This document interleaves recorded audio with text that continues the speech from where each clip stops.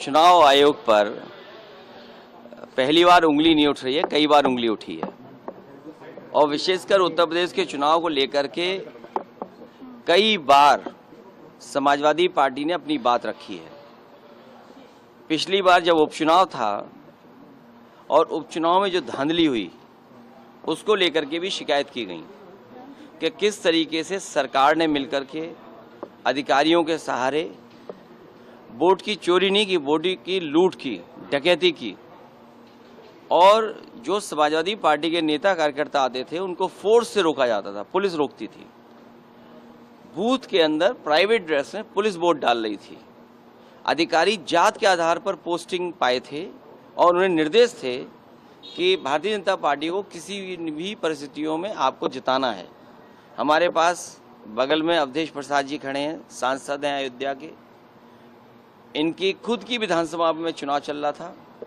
इतना भारतीय जनता पार्टी को कभी भी उस विधानसभा में वोट नहीं मिला। जीत हार अलग होती है, लेकिन इतना वोट पार्टी को कभी नहीं मिला। लेकिन बेईमानी कर करके बड़े पैमाने पे हर बूथ पर जात के आधार पर अधिकारी लगा करके, जात के आधार पर पोस्टिंग दिलवा करके वोट की लूट की गई थी। और उससे पहले 2022 के चुनाव में जब समाजवादी पार्टी ने, और मैंने खुद आरोप लगाया था कि जानबूझ करके समाजवादी पार्टी को वोट काटे गए, डिलीट किए गए, तो चुनाव आयोग ने नोटिस दिया। नोटिस के जवाब में मैंने 18,000 ऐसे वोट जो डिलीट कर दिए गए थे, 2019 में उन्होंने वोट डाला था, 2022 में डिलीटेड हो गए थे और जबकि वो वहां मौजूद थे। वो 18,000 वोट की हमने सूची दी थी। आज तक चुनाव आयोग ने कोई कार्रवाई नहीं की। कम से कम आज तो बताए कि चुनाव आयोग ने क्या कार्रवाई की है। क्या वो भी जो दोषी थे उनके अधिकारियों के खिलाफ कोई कार्रवाई की गई हो?